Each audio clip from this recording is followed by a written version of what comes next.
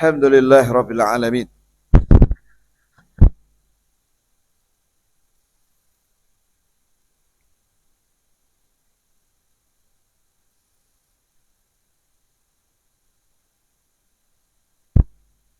Wal-aqibatu lil-muttaqin.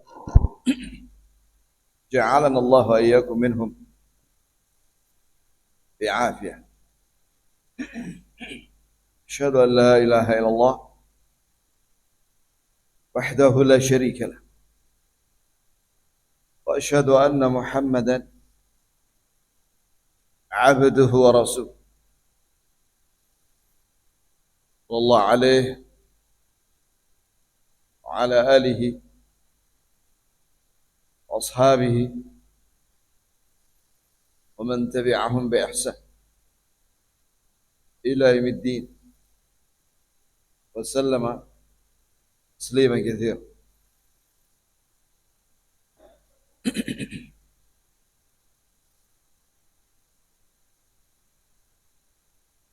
اللهم ارزقنا علما نافعا ورزقا طيبا وعملا متقبلا وأصلح لنا شأننا كله ولا تكلنا إلى أنفسنا طرفة عين. Jamaah sekalian, barakallahu lana wa lakum. Pembahasan tentang al-makhraj minal fitan. Ini adalah tema yang sangat penting. Solusi dari fitnah akhir zaman. Ini adalah materi yang sangat penting.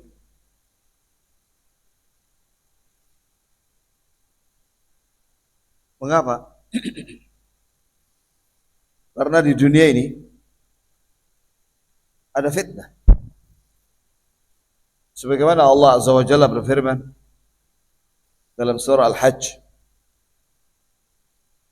"Kullu nafsin dha'iqatul maut wa nabluukum bisyarri wal khairi fitnah wa ilaina turja'un." Setiap jiwa pasti akan merasakan mati. Dan kami akan menguji kalian di dunia ini, diuji dengan keburukan, yaitu musibah. Wal khair, yaitu kenikmatan. Sebagai apa? Fitnah. Perhatikan kalimat ini ya kawan, ayat ini. Allah Ta'ala menguji kita di dunia ini dengan musibah dan nikmat sebagai fitnah. Fitnah itu apa? Ikhtibar, ujian. Ya, yang namanya nikmat setiap saat. Iya kan? Itu ujian, itu fitnah. Begitu pula musibah kadang-kadang datang di dunia ini. Apalagi di akhir zaman, di antara tanda kiamat, kathratul fitnah. Banyaknya fitnah-fitnah. Maka materi ini wallahi sangat penting. Ini bukunya, saat ini tebelnya.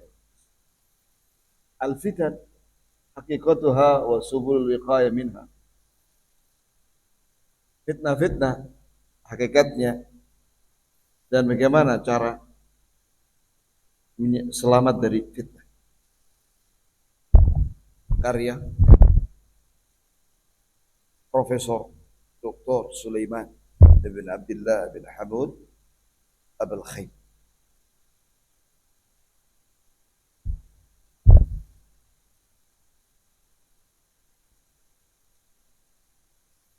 Ya. Wa ilaina turja'un. Dan kepada kami semua kalian akan dikembalikan untuk dibalas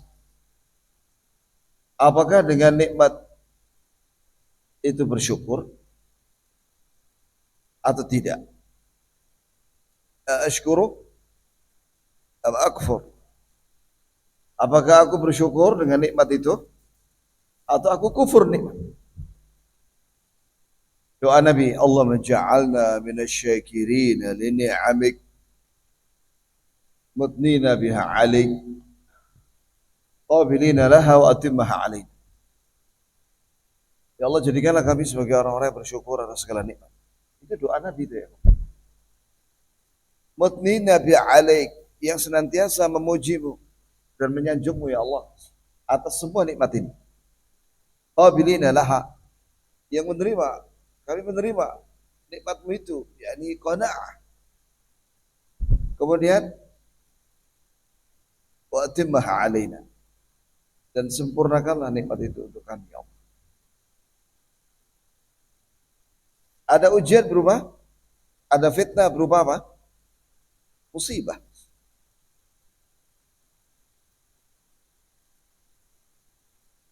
Musibah atau keburukan di dunia ini. Dan Allah Ta'ala menyebut ujian itu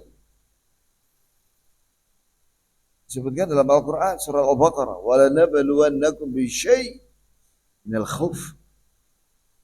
Kami sungguh-sungguh akan menguji kalian di dunia ini dengan apa? Sedikit rasa takut. Sedikit, tidak banyak. Kalau banyak, berat, manusia nggak sanggup. Sedikit saja. Inilah khauf. Khauf itu apa ya, Pak? Khauf itu rasa takut dari musuh.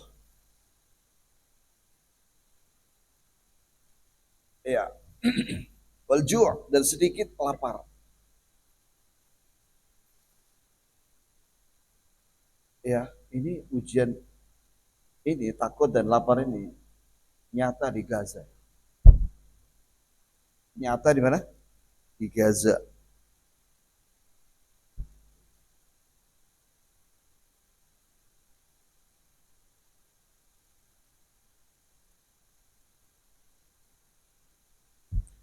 Setiap hari mendengar suara tembakan,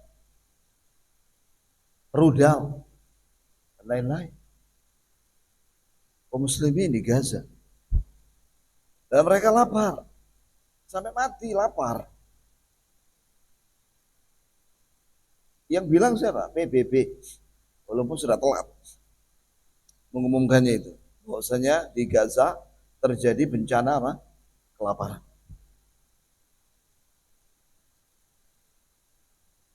Wa naqsi minal amwal, dan berkurangnya harta.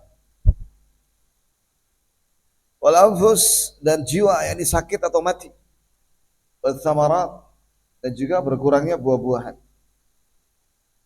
Ya, ini makanan bisa maknanya berkurang di sini, langka atau harga barang-barang naik sehingga tidak bisa beli. Kemarin kita mendengar ada seorang ibu,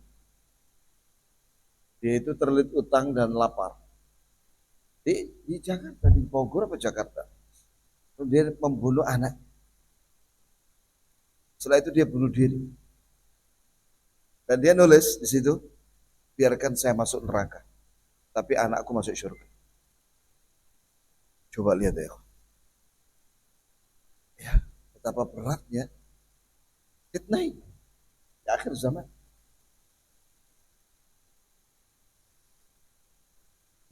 Wa basyiris sabirin. Mereka bergembira kepada orang-orang yang sabar. Alladzina idza asabatuhum musibah, yaitu apabila dia tertimpa musibah, maka dia mengatakan qalu inna lillahi. Maka orang itu mengatakan inna lillahi, sesungguhnya kita semua ini dan yang Allah titipkan sama kita itu miliknya, milik Allah. Wa inna ilaihi raji'un, dan kita semua akan kembali kepada Allah untuk ditanya, dan harus benar jawabannya. Maka persiapkan jawabannya dari sekarang. Atau tidak sabar. Makanya penting bahas ini. Karena orang yang diberikan oleh Allah jalan keluar dari fitnah, berarti dia syukur atas segala nikmat dan berarti dia sabar atas segala musibah. Yang kedua, penting bahasa ini karena Rasulullah SAW menyuruh dalam sebuah riwayat, menyuruh dalam Sahih Muslim di sini kepada sahabat untuk berlindung kepada Allah dari fitnah yang nampak oleh mata maupun yang tersembunyi sampai 3 kali.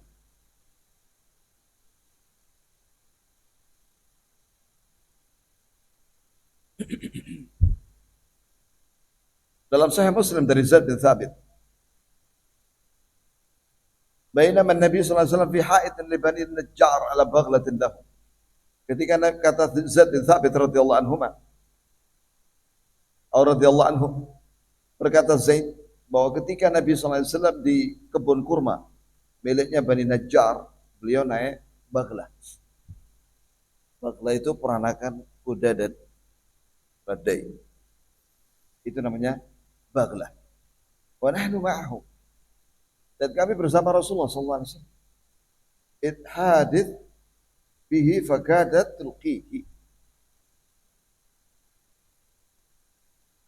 Tiba-tiba ada musibah hampir menimpanya. Wa idza akbara 6 atau 5 atau 4 wa qala man ya'rif ashab hadhihi al-aqbur. Tiba-tiba Nabi mendapati ada 6 atau 5 atau 4 kuburan. Faqal man ya'rif ashab hadhihi al-aqbur. Siapa yang tahu penghuni kuburan ini siapa? Kalau rajul anak, maka seorang laki-laki berkata, saya Rasulullah. Qala famata mata haula, kapan mati mereka ini? Qala matu bil isyraq. Mereka mati ketika musyrik. Ini dalam kesyirikan. Jadi mereka mati dalam keadaan non muslim. Musyrik. Faqala inna hadhil ummatu tubtala fi quburiha. Sesungguhnya umat ini akan diuji di kuburnya. Ini maksud dengan uji di kubur itu fitnatul qabr. Itu fitnah di kuburan. Maksudnya adalah pertanyaan malaikat munkar nakir. Sehingga ada sebagian manusia tidak bisa menjawab pertanyaan. Itulah yang dimaksud dengan fitnah kubur. Apa perbedaan fitnah kubur dengan siksa kubur? Kalau siksa kubur, macam-macam bentuk siksa yang ada di kuburan, yang ada di alam barzakh, seperti dijepit dengan tanah kuburan itu sampai remuk, dipukul pakai mitrakah, yaitu pentung yang dibawa oleh malaikat munkar nakir, ya, atau berupa api, ada api di alam barzakh. Ada lagi ular. Iya, Nabi menyebut ular. Di alam barzakh itu na'udzubillahi min adzabil qabr. Nabi pernah berdoa, Allahumma inni a'udzubika min fitnatil qabr wa adzabil qabr wa a'udzubika min fitnatin nar wa adzabin nar. Ya Allah, aku berlindung padamu dari fitnah kubur, yaitu pertanyaan yang ada di kuburan oleh malaikat munkar nakir yang seseorang itu tidak bisa menjawab.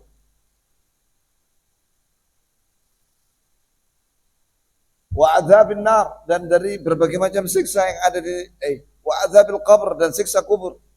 Itu berbagai macam bentuk siksa kubur. Wa a'udzubika min fitnatin nar wa adzabin nar. Ya Allah, aku berlindung kepadamu dari fitnah api neraka. Maksudnya apa? Yaitu fitnah yang ada di dunia ini yang menyebabkan dia masuk neraka. Nanti, ya, pada hari kiamat. Wa azabin nar yaitu berbagai macam bentuk siksa yang ada di neraka.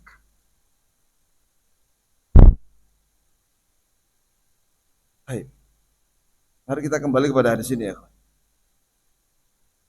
Kemudian walaula alla tadafanu la da'udullah an yusmi'akum min adzabil qabr alladzi asma'u.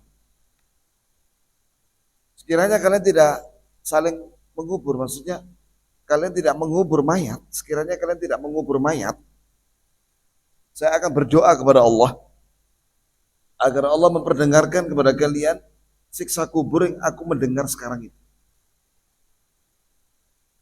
Siksa kubur. Setelah itu, summa aqbala alaina biwajhihi. Setelah itu Nabi SAW menghadap kepada kami dengan wajahnya. Nabi bersabda, ta'awwadhu billahi min adzabil qabr. Hendaklah kalian berlindung kepada Allah dari siksa kubur. Qalu na'udzu billahi min adzabil qabr. Maka para sahabat mengatakan kami berlindung kepada Allah dari siksa kubur. Qala ta'awwadhu billahi minal fitan ma dhahara minha wa ma batan. Berlindunglah kalian kepada Allah dari fitnah. Fitnah yang nampak oleh kalian maupun yang tersembunyi. Qalu, maka para sahabat berdoa, na'udzubillahi minal fitan ma dhahara minha wa ma batan. Kami berlindung kepada Allah dari fitnah-fitnah yang nampak maupun yang tersembunyi. Setelah itu Nabi bersabda lagi, ta'awwadzu billahi min fitnatid dajjal. Berlindunglah kalian kepada Allah dari fitnah Dajjal.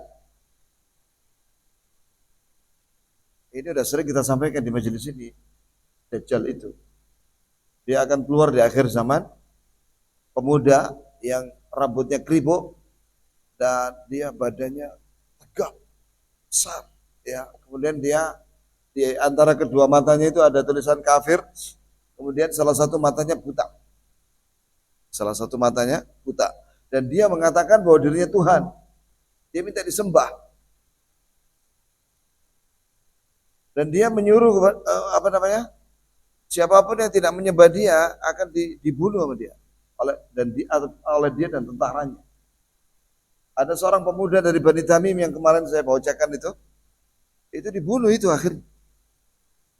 Yang mendatangi Dajjal itu di Madinah, di luar batasan kota Madinah. Sama Dajjal dibunuh dan dimutilasi. Dimutilasi, kemudian tangannya dilempar ke sana. Kakinya dilempar ke sana. Setelah itu dia bilang, Dajjal mengatakan, hiduplah kamu wahai pemuda. Maka dia hidup lagi. Tulang-tulangnya dan bagian tubuhnya itu bersatu lagi. Hidup lagi. Setelah hidup lagi dengan izin Allah, maka pemuda Bani Tamim itu mengatakan, asyhadu, sekarang tambah yakin saya bahwa engkau adalah Dajjal. Akhirnya dia diselamatkan oleh Allah, kembali ke Madinah.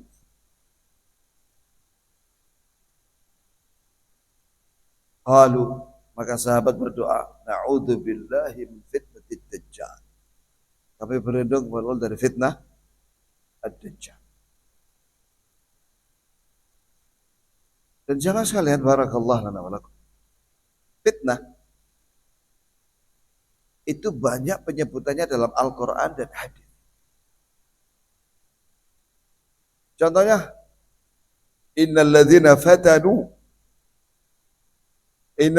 fatanul mu'minin wal mu'minat thumma lam yatubu falahum azabu jahannam walahum azabul hariq. Apa arti fatanu di sini? Ini kisahnya Ashabul Ukhdud.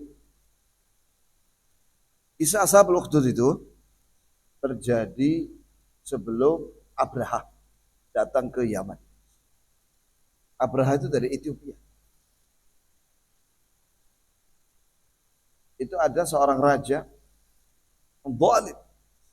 Singkat cerita, akhirnya itu kisah pemuda itu loh, Ashabul Kahfi, Ashabul Ukhdud, yang dia rela untuk dipanah itu ininya, apa ini, kodeknya ini, oleh raja itu, tapi disuruh untuk baca bismillah oleh pemuda itu. Bismi Rabbi hadzal ghulam, dipanah, meninggal dia. Setelah itu seluruh penduduk raja itu masuk Islam. Masuk Islam. Akhirnya raja itu marah, dia bersama tentaranya bikin ukhdud. itu paret ya yang dibakar di situ. Kemudian seluruh orang yang beriman dilempar ke situ. Maka Allah Ta'ala menyatakan innal ladzina fatanul mu'minin wal mu'minat. Sesungguhnya orang-orang yang membakar. Nah, jadi fatanu di sini maknanya apa? Membakar orang mukminin dan mukminat sampai mati. Tsumma lam yatubu. Kemudian mereka tidak bertobat. Ya, tidak bertobat sampai mati. Orang-orang yang membakar itu lahum adzabu jahannam. Maka bagi mereka siksa neraka jahannam wa azabul hariq. Dan bagi mereka siksa yang membakar pada hari kiamat. Yang kedua, makna fitnah dalam Al-Quran syirik. Wattaqu fitnatan la tusi'a. Bukan. Dalam Al-Quran Al-Karim, waqatiluhum hatta la takuna fitnah. Wa yakuna ad-dinu lillah. Perangilah orang-orang musyrik itu. Hatta la takun fitnah. Sehingga tidak ada lagi fitnah. Apa arti fitnah di sini ya, ikhwan? Syirik. Menurut ahli tafsir. Sehingga tidak ada lagi kesyirikan. Coba perhatikan makna fitnah. Itu kesyirikan. Berarti selama ada kesyirikan, berarti ada apa? Fitnah. Wa yakuna ad-dinu dalam ayat lain kulluhu lillah. Sehingga agama ini semuanya milik Allah.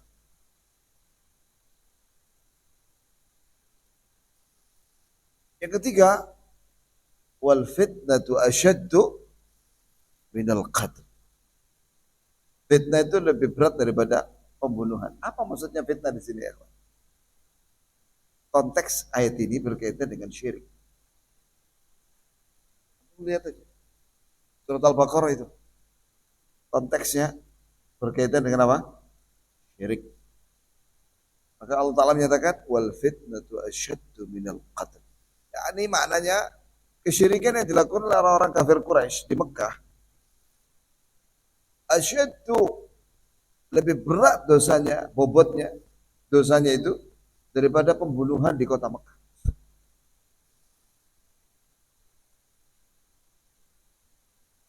Ya.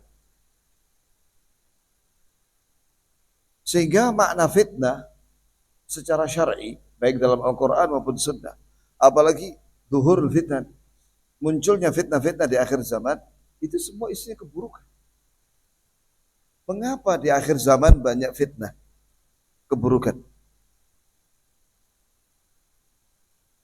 Li bu'din nas anid dinil hanif.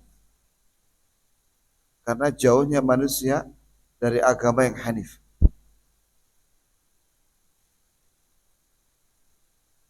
Ya, banyak dalilnya. Yani zubalatun nas, yani muncul zubalatun nas, yani maksudnya sampah manusia. Maksudnya ya ini banyak di akhir zaman itu banyak orang-orang yang tidak mengerti agama, kemudian mereka akhirnya meninggalkan perintah dan mengerjakan larangan. Sudah pasti. Karena mereka tidak peduli dengan agama. Karena itu yang terjadi, akhirnya banyak bencana. Banyak musibah. Apakah itu bencana alam atau bencana yang menimpa hati? Sehingga hati seseorang itu terfitnah. Apa maksudnya hati terfitnah? Kata ulama, yaitu dulunya dia mengatakan bahwa itu tidak boleh menurut agama. Sekarang dia mengatakan boleh. Kenapa? Terfitnah hatinya. Sesat hatinya. Dulu dia berpegang kepada sunnah. Terfitnah hatinya. Sekarang dia menyerang ahlu sunnah. Kenapa? Terfitnah oleh wanita. setelah dia menikah ya dengan wanita itu benci sekali dengan ahlu sunnah dan salaf. Suaminya nggak bela salaf, malah bela istrinya.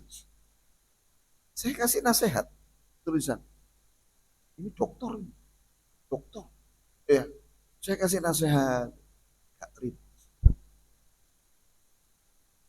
Bahkan murid-muridnya itu sekarang jadi ustadz. Muridnya itu diantaranya Ustadz Abdul Tuasikal itu muridnya. Dan yang lainnya, Ustadz Abdul Salam Bushra dan yang lainnya. Itu menyidang Ustadz ini. Bisa itu istrimu menyerang salam. Kamu diam saja. Dia bela istri. Akhirnya dia dikeluarkan dari pondok. Dinasihati sama Ustadz Abdul Tuasikal baik offline atau online. Gak terima. Apalagi saya yang jauh. Ini satu kota mereka. Apa gak ngeri ya kawan fitnah? A'udzubillahi min su'il fitan ma dhahara minha wa ma batan.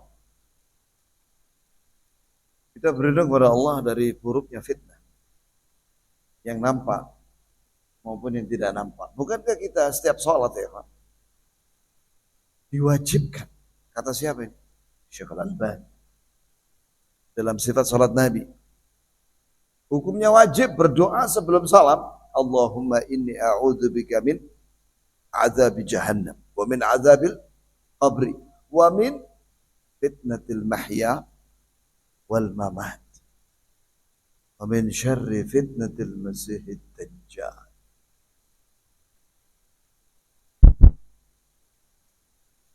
Ya Allah, aku berlindung kepadamu dari siksa neraka jahanam dan dari siksa kubur dan dari fitnah kehidupan dunia. Apa yang dimaksud dengan fitnah kehidupan dunia? Itu segala keburukan yang menyebabkan seseorang itu tersesat. Apakah fitnah wanita? Apa ada orang terfitnah gara-gara wanita ya? Ada. Dulu itu di zaman Khalifatul Rashid Umar bin Khattab radhiyallahu anhu ada seorang namanya Abu Muljam Al-Murad. Hafidh Quran. Dia pernah diutus oleh Umar radhiyallahu anhu sebagai qari, mukri, ya, mengajarkan Al-Quran di Mesir dan dia jadi imam. Sepeninggal Umar bin Khattab radhiyallahu anhu, dia jelas ahli sunnah. Umar radhiyallahu anhu tidak mengutus utusan kecuali dia alim dan dia ahli sunnah. Sepeninggal Umar, dia tertarik dengan seorang wanita cantik dari kelompok Haruriyah. Haruriyah itu artinya Khawarij. Khawarij. Terus dia diingatkan sama teman-temannya yang ahli sunnah, hati-hati loh, dia wanita. Haruriyah, Khawarij, berpaham takfiri. Maka apa kata dia? Saya akan pengaruhi dia. Saya ajak dia kepada sunnah. Jangan, kata sahabat-sahabat, kamu nanti terfitnah sama dia. Dan aku akan ajak dia kepada sunnah. Apa yang terjadi? Apa yang terjadi? Justru Abu Muljam Al-Murad ini jadi Khawarij. Zamannya Ali, dia mengkafirkan Ali dan membunuh Ali bin Abi Thalib radhiyallahu anhu. Syatnya fitnah wanita ini ya kan? Mengeluarkan ahli sunnah, tabi'i, ahli sunnah menjadi Khawarij. Apalagi zaman sekarang. Dulu ada orang namanya Abdullah Al-Qasimi. Dia dijuluki oleh ulama Haramain. Ya, Syekhul Islam Abadin. Dia hidup di antara tahun sekitar itu 45, 50. Kita belum lahir waktu itu. Dia ngarang buku lebih dari 1000 halaman. Membela dakwah salafiyah dan tauhid dan Syekh Muhammad bin Abdul Wahab dan membantah Syiah 1000 halaman. Bayangkan coba.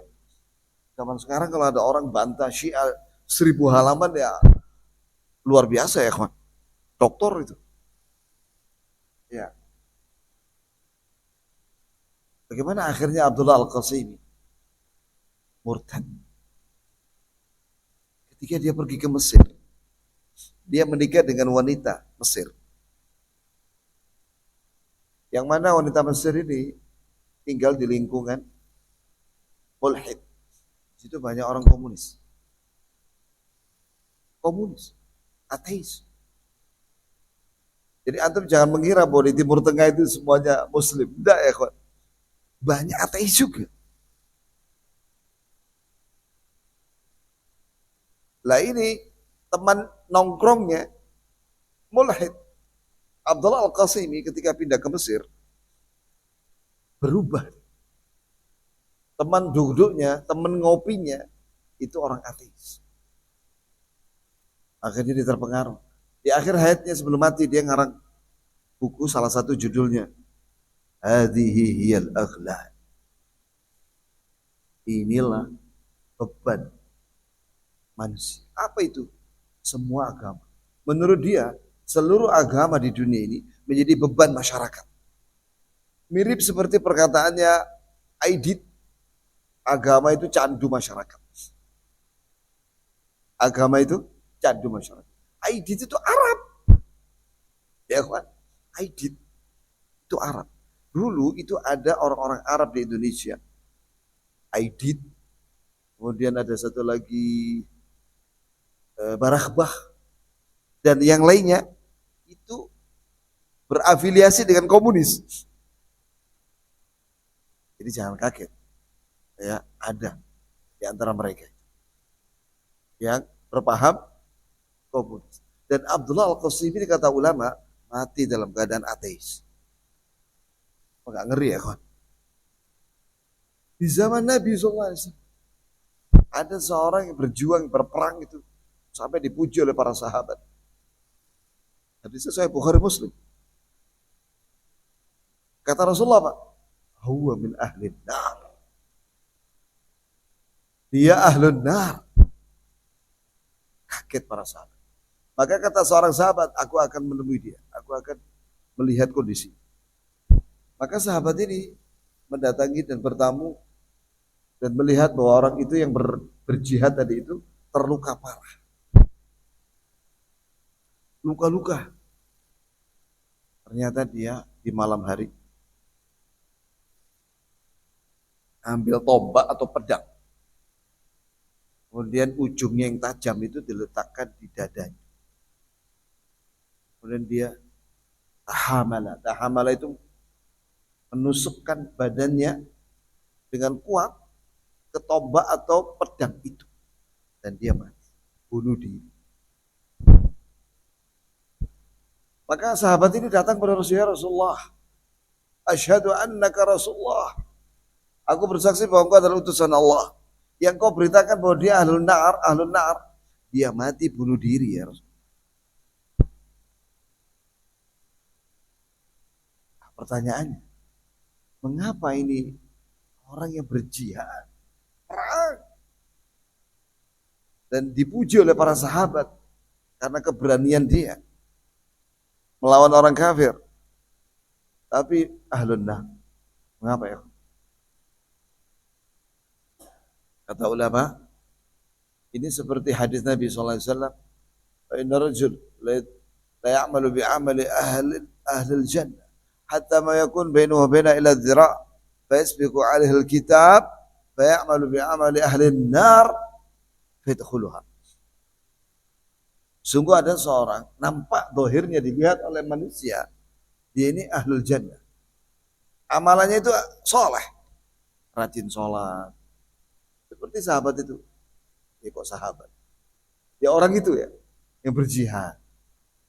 Berjihad. Dilihat oleh para sahabat. Berjihad. Perang. Tapi Allah kan maha tahu apa isi hati orang itu. Jarak antara dia dengan surga 1 hasta. didahului oleh kitab catatan Lauhul Mahfuz bahwa dia di akhir hayatnya melakukan amal dosa. Dosa, menutup akhir hayatnya dengan dosa. Maka dia masuk neraka.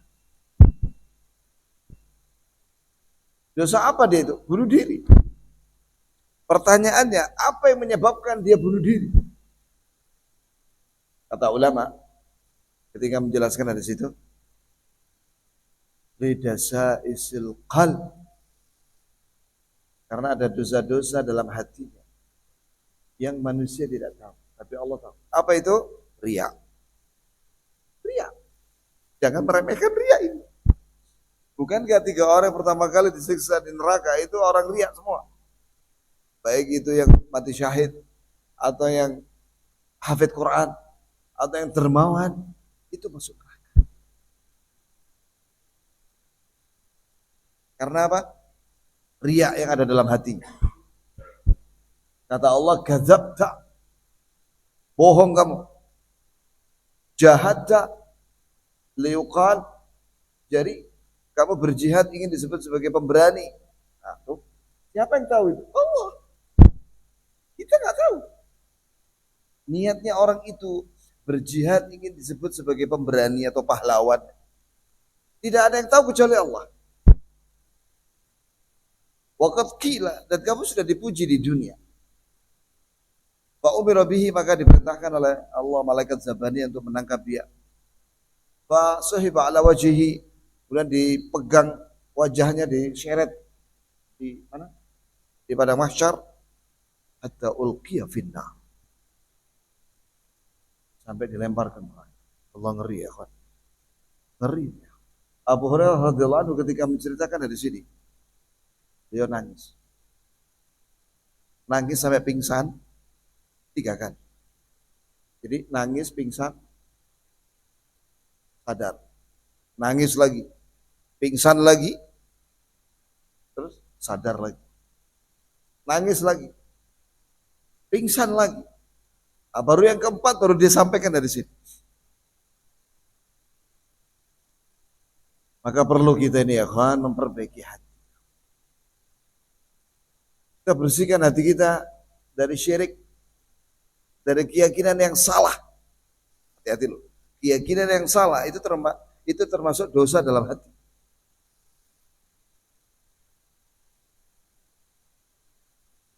Hari-hari ini saya mencari pemahaman istilah-istilah yang antum pasti tahu lah istilah-istilah itu. Demokrasi. Antum pernah nggak nyari apa makna demokrasi? Coba cari tahu. Demokrasi menurut sunnah. Nanti jangan bilang demokrasi menurut Demokrat. Oh ya, dipuji di chat GPT itu. Di chat GPT. Tapi kalau antum nyarinya di chat GPT itu demokrasi menurut sunnah. Nah, antum bisa tahu di situ. Lihat itu apa isinya. Mengerikan ya kawan. Para ulama, saya sudah tahu sudah lama sebenarnya tentang para ulama membicarakan tentang demokrasi itu. Fatwa tentang demokrasi itu. Sudah lama saya tahu. Syekh Mukbil, Syekh bin Utsaimin, Syekh bin Baz.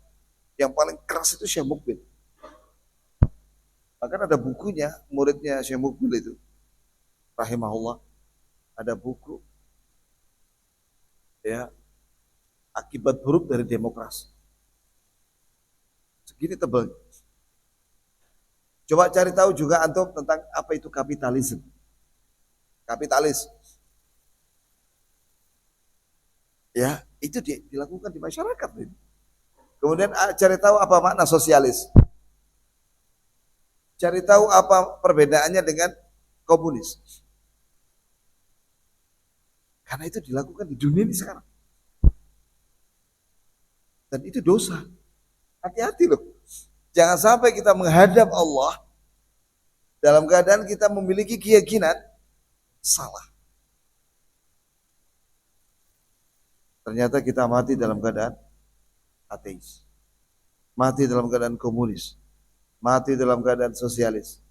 Mati dalam keadaan apa itu? Kapitalis. Atau mati dalam keadaan menjadi pemuja demokrasi. Apa menghadap Allah dalam keadaan seperti itu gimana coba? Lebih baik kita mati dalam keadaan memiliki keyakinan Islam. Islam aja dah. Itu yang selamat dari fitnah dunia akhirat. Seksa dunia akhirat. Keburukan dunia akhirat itu solusinya itu Islam. Kata Umar bin Khattab radhiyallahu anhu, "Nahnu qaumun a'azzana Allahu bil Islam. Famahma ibtaghaina bi ghairihi adzallana Allah." Ini masyhur perkataan Umar. Sahih sampai kepada beliau.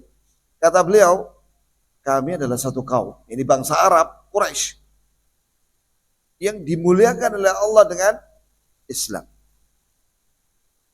Jika kita mencari kemuliaan selain Islam, Allah akan hinakan kita lagi. Antum tahu ya kan kisahnya Ashabul Kahfi? Nah, itu sudah. Mengapa Ashabul Kahfi ada di goa? Kenapa? Karena masyarakatnya musyrikun. Dan dia mau dibunuh, 7 pemuda itu mau dibunuh sama penguasa. Maka mereka menyelamatkan agama mereka. Akhirnya diceritakan oleh Allah mereka masuk goa itu. Tidur dilindungi oleh Allah selama 309 tahun. Dari kenapa? Nah, coba lihat itu. Rabbuna ya. Waqalu Rabbuna Rabbus sama. Innahum fityatun amanu bi rabbihim. Coba perhatikan ini. Ciri-ciri mereka. Innahum fityatun amanu bi rabbihim wa zidnahum huda. Wa rabatna ala qulubihim idh qamu faqalu Rabbuna Rabbus samawati wal ard. Wal ard. Jadi kalau berhenti membaca ayat wal ard, kata ulama ahli tajwid, dotnya harus jelas. Wal ard, dot, ya. Rabbuna Rabbus samawati wal ard, lan nad'uwa min dunihi ilaha. Laqad qulna idzan syatata. Pemuda Ashabul Kahfi selamat ya dari fitnah di zamannya. Mengapa? Karena bertahan di atas tauhid. Lan nad'uwa min dunihi. Coba perhatikan dari awal. Rabbuna Rabbus samawati wal ardh. Rabb kami adalah Rabb yang menciptakan langit dan bumi. Berarti mereka bertauhid, mengenal Allah rububiyah. Kemudian lan nad'uwa min dunihi ilaha. Kami tidak akan berdoa kepada selain Allah, tidak akan beribadah kepada selainnya. Berarti mereka mengamalkan tauhid ibadah. Laqad qulna idzan syatata. Jadi kalau kami meninggalkan tauhid ini, maka kami tersesat. Dan tauhid dan sabar di atas tauhid itu Islam tentunya. Maka mereka selamat. Selamat mereka. Ya ini walaupun dalam kondisi yang menakutkan. Yang beriman cuma sedikit, minoritas, 7 orang. Diikuti oleh anjingnya, jadi 8 makhluk hidup di goa itu. Karena mereka sabar di atas agama Allah, tauhid, ya, maka Allah selamatkan. Jadi kesimpulannya itu tadi. Solusi dari fitnah apa? Tauhid. Tauhid. Ngaji tauhid. Mengamalkan tauhid dan menjauhi syirik. Terus begitu pula yang sejenis dengan syirik yang membatalkan Islam. Ada 10 pembatal Islam. Ada sihir, ada macam-macam banyak. 10. Ya, ini baru sampai sini ya, Pak. Belum sampai ini ya. Tahu kapan? Ya. Ada pertanyaan kayak Pak? Barakallahu.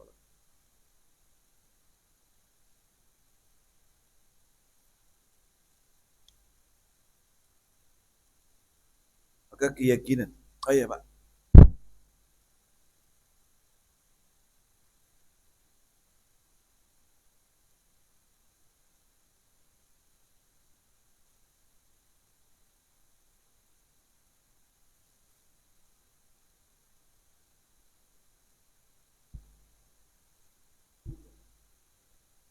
Jawabannya ada dua.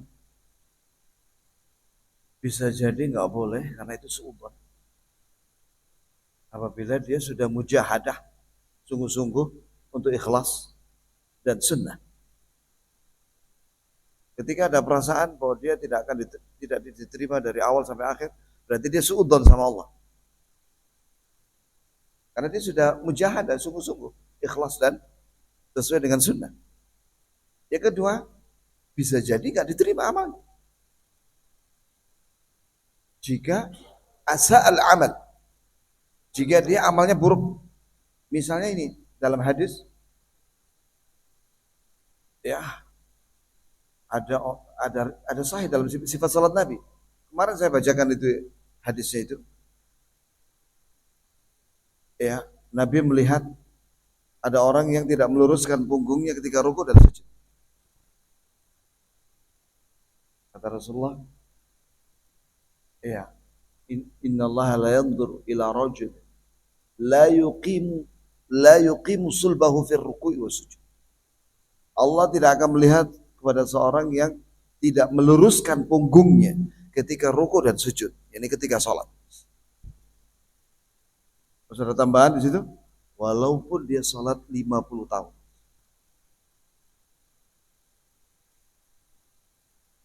Maka di sini terkandung faedah agar kita ini mempelajari kewajiban. Dalam hidup itu ada kewajiban yang berkaitan dengan kewajiban dalam hati yang harus diyakini, ada kewajiban yang harus diamalkan oleh anggota badan, yaitu rukun Islam. Kalau kita nggak pernah belajar, nggak mau tahu, sholatnya sembarangan, asal sholat, nggak tumaknina. Apa kata Rasulullah? Salli fa innaka lam tusalli. Sholatlah kamu belum sholat. Kepada siapa Nabi mengatakan itu? Kepada sahabat Khalid bin Rafi yang sholatnya itu cepat sekali. Cepat sekali. Di zaman sekarang ini ada orang sholat tarawih 23 rakaat, rekornya berapa? 6 menit. Rekor, tapi itu bukan rekor yang baik ya. Biasanya kan kalau rekor itu pasti bagus biasanya. Rekor dunia, lomba lari tercepat di dunia. Oh itu fulusnya banyak itu, dikasih fulus itu. Tapi kalau lomba rekor sholat tercepat di dunia, ini bukan terpuji. Ini tercela. Apa kata Rasulullah kepada sahabat Khalid bin Rafi? Sampai 3 kali. Ulangi sholatmu, kamu belum sholat. Berarti kalau ada seorang alumni, mantan alumni sholat cepat itu, ya benar kalau nggak diterima sholatnya. Karena kalau terlalu cepat, nggak diterima sholatnya. Walaupun sholat 50 tahun. Maka harus belajar sholat yang benar. Kalau bahasa Malangnya, sholat yang pener. Apa itu ya? Bedanya benar dengan pener itu apa ya? Pener, pakai P. Sudah itu. Itu bapak-bapak ada di salah satu masjid yang saya ngajar sifat salat Nabi itu. Setiap selesai pengajian jazakallah khair. Anda baru tahu itu. Sifat salat Nabi karya Syekh Al-Albani. Masya Allah. Itu. Dia ketua takmir di salah satu masjid. Banyak diprotes sama sebagian yang tidak senang dengan kajian sifat salat Nabi. Sabar aja Ustaz, ngaji aja. Selama saya hidup, antum ngajar. Masya Allah, orang tua sudah kakek-kakek. Dia kalau sholat sebelah saya itu begitu. Ngamalkan sunnah itu. Yang sebelumnya dia nggak ngamal. setelah belajar kitab sifat salat Nabi. Ada lagi seorang ibu, nenek-nenek. Ya. Kita ngaji kitab sifat Sahih Targhib wa Tarhib. Kita ngaji di rumahnya, dia yang ngundang. Rutin sebulan 2 kali. Ibu-ibu aja, nenek-nenek rata-rata yang datang. Apa kata tuan rumah itu? Setelah kita ngaji 400 hadis. 400. Karena kan tebel kitabnya itu 3 jilid. Itu baru jilid pertama.